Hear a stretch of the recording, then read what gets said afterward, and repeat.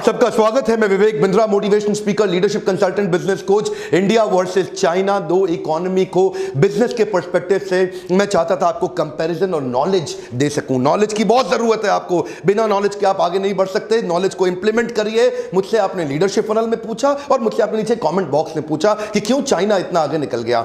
आज China has become global factory of the world. दुनिया भर की सारी फैक्ट्रीज, सारे दुनिया भर के जितने भी बड़े बड़े देश है ना, वो चाइना को प्रेफर कर रहे हैं। आज भी कहने के लिए लोग हमारे यहां भी आ रहे हैं, लेकिन China is the first preference. क्यों इतनी कॉम्पिटेंसी बढ़ गई? 1990 में उनका मैन्युफैक्चरिंग का ग्लोबल आउटपुट बाय वैल्यू 3% था।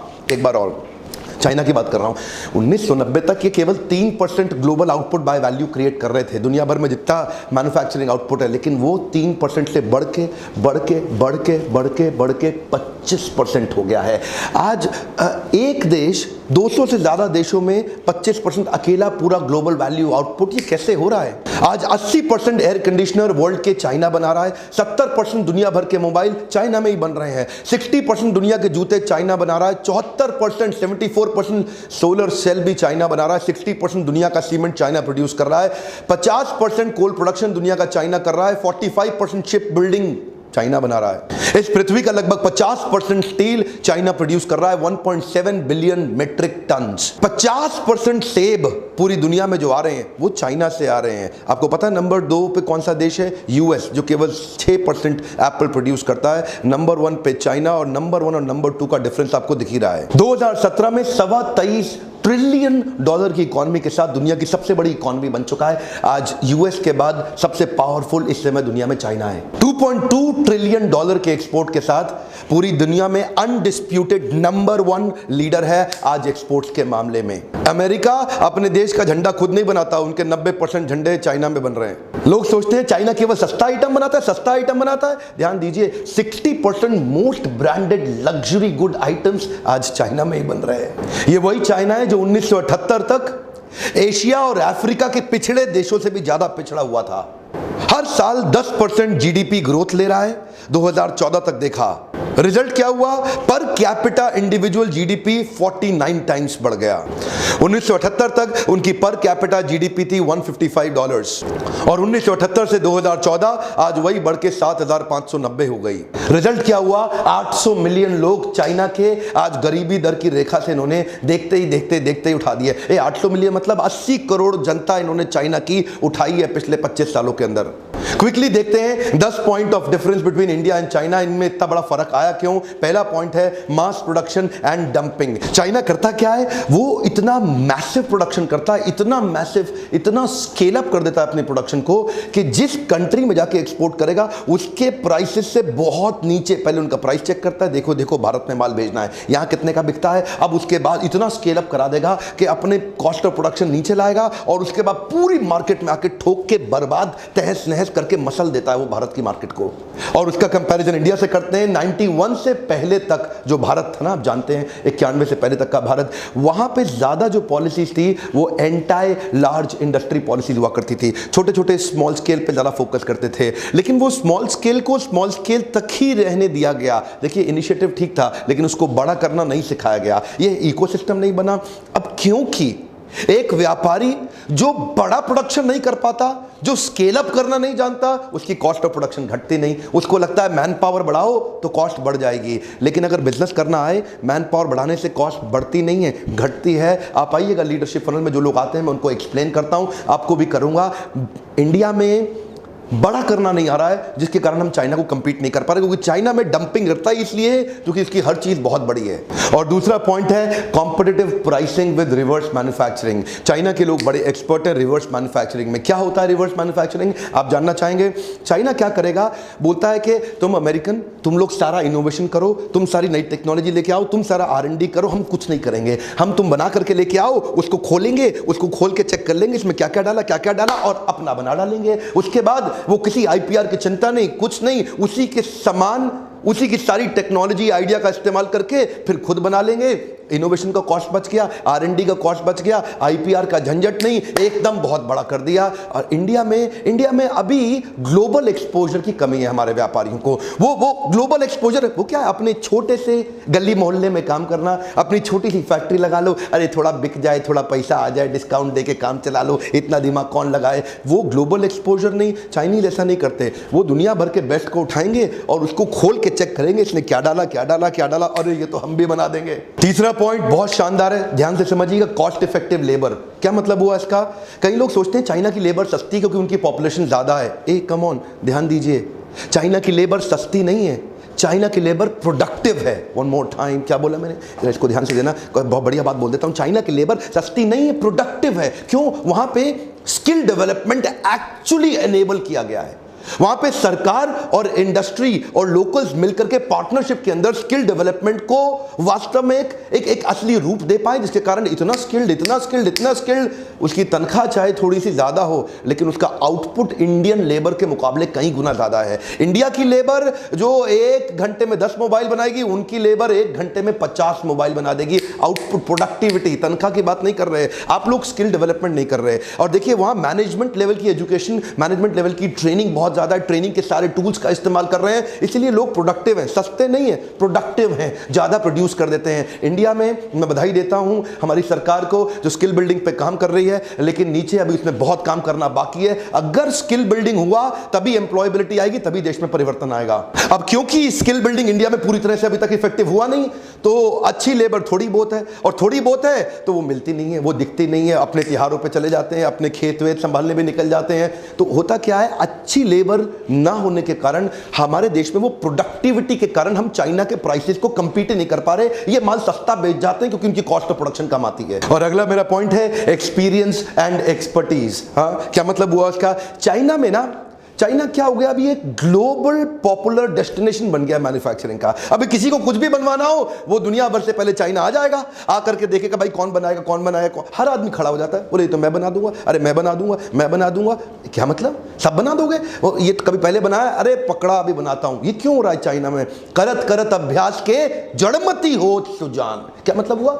अभ्यास कर करके जिसकी जड़ बुद्धि है, जड़मती होत सुजान, जड़ बुद्धि वाला भी एक्सपर्ट हो गया। चाइना में हर आदमी एक्सपर्ट हो गया है। ऐसा हो गया जी, कुछ भी पकड़ा दो, नई चीज दिखाओ, बन जाएगा, आप चिंता मत करो, कब तक चाहिए लो पकड़ो, दे देता हूं आपको। इंडिया में अभी ऑटोमेटेड इक्विपमेंट और कैपेसिटी यूटिलाइजेशन नहीं है, वो सप्लाई चेन, वो क्वालिटी कंट्रोल नहीं है, उसकी एक्सपर्टीज, उसका एक्सपीरियंस लोगों के पास नहीं है। इंडिया में अभी नया मैन्युफैक्चरिंग सेटअप्स बनने शुरू हुए हैं, यहाँ पे अभी नया इकोसिस्टम बनना चालू हुआ है। तो कोई नई चीज लाओ तो आदमी देख के घबरा जाता है, और बनने वाली चीज में भी उतनी स्ट्रेंथ आज इंडिया में स्केल अप करने की और वो अंडरस्टैंडिंग और एक्सपीरियंस है नहीं। उधर ये चीज घर घर में घुस चुकी है, एक्चुअली क्या है ना, खून में घुस गया उनके, कुछ भी पकड़ा दो कुछ भी बना देंगे जी। एक्सपीरियंस और एक्सपर्टीज खून में घुस गया है। अगला मेरा पॉइंट है स्टेबिलिटी। ये स्टेबिलिटी एक ऐसी चीज है कि मेरे ना कई मल्टीनेशनल क्लाइंट्स भी हैं, और जब मैं मल्टीनेशनल क्लाइंट से मिलता हूं ना, मैं देखता हूं इंडिया में आते वक्त वो लोग बेचारे परेशान रहते हैं। ये सरकार चलेगी, ये सरकार नहीं चलेगी, ये ब्यूरोक्रेसी में क्या दिक्कत आएगी, इसकी किससे बनती है, उसकी किससे, तो वो लोग टेंशन में रहते हैं बेचारे। उन लोग को बार बार चक्कर काटने पड़ते हैं। यहाँ पे आने के बाद इंडिया में धंधा चालू करते वक्त हाथ गंदे करने पड़ते हैं। चाइना में कोई आदमी काम दे दे, उसको पता है अश्योरेंस है, उसको पता है यहाँ पे गवर्नमेंट स्टेबल है, उसको पता है यहाँ का इंफ्रास्ट्रक्चर स्टेबल है, उसको पता है चाइना के अंदर पावर कट्स की टेंशन नहीं है, प्लम्बिंग इश्यूज नहीं है, फ्लडिंग इश्यूज नहीं है। चाइना ज्यादा स्टेबल नजर आ रहा है ग्लोबल पार्टनर्स के लिए, और in comparison to that India, आप उसको कितना भी कुछ भी सस्ता करके दे दो, यहाँ पे जबरदस्ती मेक इन इंडिया करना पड़ रहा है, क्योंकि अपने आप को यहाँ नहीं रहा। क्यों करना पड़ रहा है? इंडिया आना नहीं चाहता। यहाँ पे हर चीज में टाइम, एनर्जी, मनी ज्यादा लगता है ब्यूरोक्रेसी के कारण। और छठा पॉइंट ऑफ डिफरेंस है एजुकेशन। इंडिया और चाइना में एजुकेशन के लेवल में बहुत बड़ा डिफरेंस है। आज भी नंबर ऑफ ग्रेजुएट्स चाइना के परसेंटेज वाइज इंडिया के मुकाबले बहुत ज्यादा है। चाइना में वो क्या करते हैं, उन लोगों को अपडेटेड टेक्नोलॉजी चाहिए, बेस्ट मैनेजमेंट प्रैक्टिसेस चाहिए, ग्लोबल लर्निंग प्रैक्टिसेस चाहिए। चाइना की सरकार अपने स्टूडेंट्स को दुनिया की बेस्ट यूनिवर्सिटीज में भेजने के लिए एनकरेज कर रही है, और परिवार खुद भी भी एनकरेज कर रहे हैं, और जिससे वो लोग तो अपडेटेड हो गए, हम लोग आउटडेटेड रह गए। यही बहुत बड़ा डिफरेंस है। एजुकेशन का माइंडसेट आते ही अब बहुत सारी चीजें वैसी सुधर जाएंगी। आज हमारे यहाँ पे कई सारे सर्वे तो ऐसे होते हैं कि खाली नाम लिखने वाले को एजुकेटेड मान लेते हैं। मैं आपको बता रहा हूं, जब तक एजुकेशन पे कंसिस्टेंटली इंडिया में काम नहीं किया गया, इंडिया आगे बढ़ ही नहीं सकता। सातवां पॉइंट बहुत काम का, इंडस्ट्रियल नेटवर्क क्लस्टरिंग। इसका मतलब क्या है? चाइना आज उसने सप्लाई चेन सिटीज बना दिए कई। ध्यान दीजिए, कम ऑन, क्या होता है सप्लाई चेन सिटीज? वो एक प्रोडक्ट को बनाने के लिए जो जो कुछ रिक्वायर्ड है उसका पूरा एक क्लस्टरिंग क्रिएट कर देगा। इसका मतलब क्या है? सिंगल फोकस प्रोडक्ट की एक सिटी तैयार हो गई। अब वो एक मोबाइल बनाने के लिए आसपास सब कुछ जो जो कुछ चाहिए सब एक जगह पे आ गया। कुछ अमेरिकन उदाहरण लेते हैं, शुरू करते हैं डेट्रॉइट से, जिसको मोटर सिटी बोला जाता है। ये auto hub, auto parts manufacturing का है। न्यूयॉर्क को फाइनेंशियल सेंटर माना जाता है, वो फाइनेंस के लिए हब है। सिलिकॉन वैली को it is a nexus for technology, वो टेक्नोलॉजी हब है। इस प्रकार की क्लस्टरिंग बनाने के लिए गवर्नमेंट को कई इनिशिएटिव्स लेने पड़ते हैं। उनको ट्रेनिंग में हेल्प करना है, उनको फाइनेंसिंग में हेल्प करना है, उनको एनकरेज करना है, उनको कोशिश करना है कि उस प्रकार की जमीन, उस प्रकार का अरेंजमेंट, इंफ्रास्ट्रक्चर दिया जाए, एफडीआई लाने के लिए एनकरेज किया जाए। जैसे ही ये होगा, इससे क्या होता है? मिलियंस ऑफ जॉब क्रिएशन होने लग जाता है, और जब लाखों लाखों जॉब्स आती हैं, नेचुरली वो पूरा देश धनी हो जाता है उससे। ऑफ कोर्स इंडिया में भी ये शुरू हो रहा है, इंडस्ट्रियल नेटवर्क क्लस्टरिंग। एक एक स्टेट अपने आप को प्रमोट कर रहा है। हर एक राज्य आजकल अपनी एडवर्टाइजिंग, अपने आप देखते हैं ना, सीएम, चीफ मिनिस्टर एक एक राज्य की कोशिश करते हैं कि हमारे राज्य में आओ, हमारे यहां करके इन्वेस्ट करो। शुरुआत हो गई है।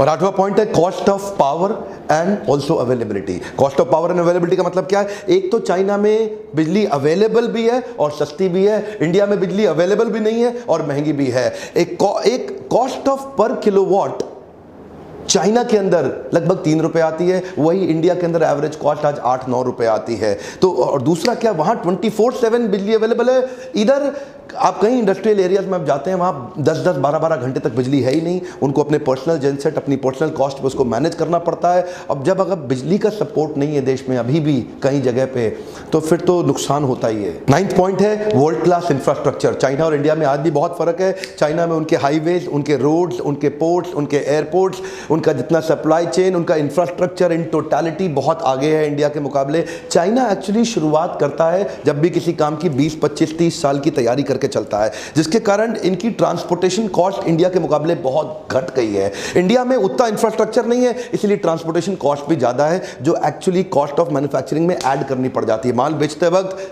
किसी भी मैन्युफैक्चरर को ट्रांसपोर्टेशन की कॉस्ट तो जोड़नी पड़ेगी। इधर ट्रांसपोर्टेशन दिल्ली टू मुंबई जितनी आएगी, उतनी वहां पे ग्वांगझाओ से उतने डिस्टेंस पे चाइना में देखेंगे वो कॉस्ट कम आती है। क्यों? इंफ्रास्ट्रक्चर अच्छा है, फैसिलिटीज वहां पे बहुत अच्छी हैं। चाइना में तैयारी ग्रोथ, डेवलपमेंट और कंट्री की लॉन्ग टर्म नीड के हिसाब से होती है। हमारे देश में तैयारी 5 साल बाद मुझे वोट वापस कैसे मिल जाए उस हिसाब से होती है। तो क्योंकि यहाँ पे बड़ा शॉर्ट लिव्ड अटेंशन स्पैन है कि मेरे को 5 साल संभालना है, अगली बार कुर्सी वापस रह जाए, तो अपीजमेंट बहुत ज्यादा है। उधर अपीजमेंट नहीं है, उधर ग्रोथ और डेवलपमेंट पे फोकस है। और 10वां पॉइंट है Chinese government and industry work in partnerships. ध्यान दीजिए, चाइना में क्या है ना, उन्होंने श्रीलंका हो, पाकिस्तान हो या अफ्रीकन कंट्रीज हो, चाइना की सरकार और कॉर्पोरेट दोनों मिलकर काम करते हैं आपस में। वो क्या करते हैं, चाइनीज सरकार खुद चली जाएगी श्रीलंका में, ये हमारी कंपनी आके आपका ये संभाल लेगी, ये संभाल लेगी, ये संभाल लेगी।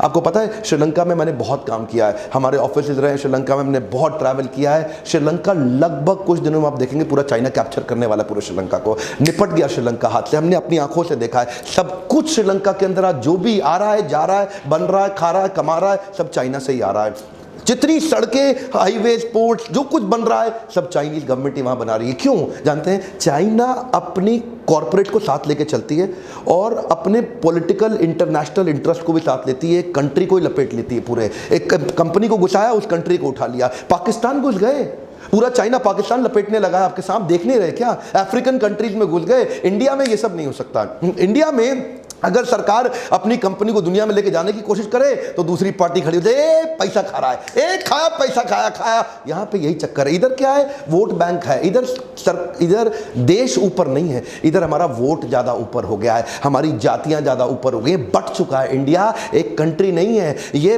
25 कंट्रीज का कॉन्टिनेंट बन गया है। इसके कारण अपने को इकट्ठे खड़ा होना पड़ेगा, और ये कुछ नहीं है चाइनीज लोग। मैं आपको एक बात कहता हूं, अपनी एजुकेशन पे फोकस करिए और इन सबको उखाड़ा जा सकता है। क्या किया उन्होंने पिछले 25-30 सालों में? तो आगे गए हैं। अगले 25-30 साल की अगर हम तैयारी करें और मजबूत देश बने, हम आगे निकल सकते हैं। और आज एक गुड न्यूज देना चाहता हूं, अगर आप एक स्मॉल मीडियम एंटरप्राइज हैं, अगर आप एक स्टार्टअप हैं, अगर आप एक छोटे कॉर्पोरेट हैं और आप कॉर्पोरेट लीडरशिप एंटरप्रेन्योरशिप बिल्ड करना चाहते हैं, स्केलेबिलिटी के ऊपर एक पावरफुल फ्रेमवर्क बनाया हमने लीडरशिप फनल में। जो लीडरशिप फनल में आते हैं हम उनको सिखाते हैं। एक्चुअली मेरे देश के लिए मैंने मिशन बनाया है। मैं अपने देश को रोज सुबह उठ के सोचता हूं कि कैसे इस देश को बदला जाए। जब तक हमारे व्यापारी स्केल अप करना नहीं सीखेंगे, जब तक उनके पास में टिप्स और स्ट्रैटेजीज नहीं आएंगी, नहीं बनेगी बात। शॉर्ट में बता रहा हूं, नंबर पे फोन करके पता करिए अपने बिजनेस के बारे में, हमारे काउंसलर से बात करिए। क्या आपके बिजनेस में हमारे काउंसलर आपकी मदद कर सकते हैं? क्या आपका लीडरशिप फनल में आने का कोई फायदा होगा? फोन उठा के करने में देर नहीं लगती, तुरंत फोन करिए। मैं इस समय पूरे देश भर में 2 प्रकार के प्रोग्राम करता हूं, एक होता है लीडरशिप फनल और दूसरा होता है बाउंस बैक सीरीज। नीचे आपके पास डिस्क्रिप्शन में लिखा होगा कि मैं अगले किस शहर में आके 4 घंटे का बाउंस बैक सीरीज का मोटिवेशनल प्रोग्राम करूंगा या लीडरशिप फनल करूंगा। कैलेंडर चेक करिए, अगर आप चाहते हैं आपके शहर में आऊं, नीचे कमेंट बॉक्स में जरूर लिख दीजिए। आसपास आपके अलग अलग व्हाट्सएप ग्रुप्स में लोगों को एनकरेज करिए कि वो सब्सक्राइब करें इस चैनल को, वीडियो को शेयर करिए उनसे, ताकि उनका फायदा, उनको इंस्पिरेशन मिले। कोई खर्चा नहीं लगता शेयर करने में, देश को बदलने में मेरा सपोर्ट करिए। मिलके आप मेरे साथ पार्टनरशिप करिए, वीडियो को सब तक फैलाइए ताकि लोग इंस्पायर हो सकें। वीडियो को लाइक करके हमेशा मेरा उत्साह बढ़ाते रहिए। मेरे साथ जुड़े रहने के लिए, हमारे साथ वीडियोस को वापस आके देखने के लिए प्रेम पूर्वक फिर से हमेशा के लिए धन्यवाद।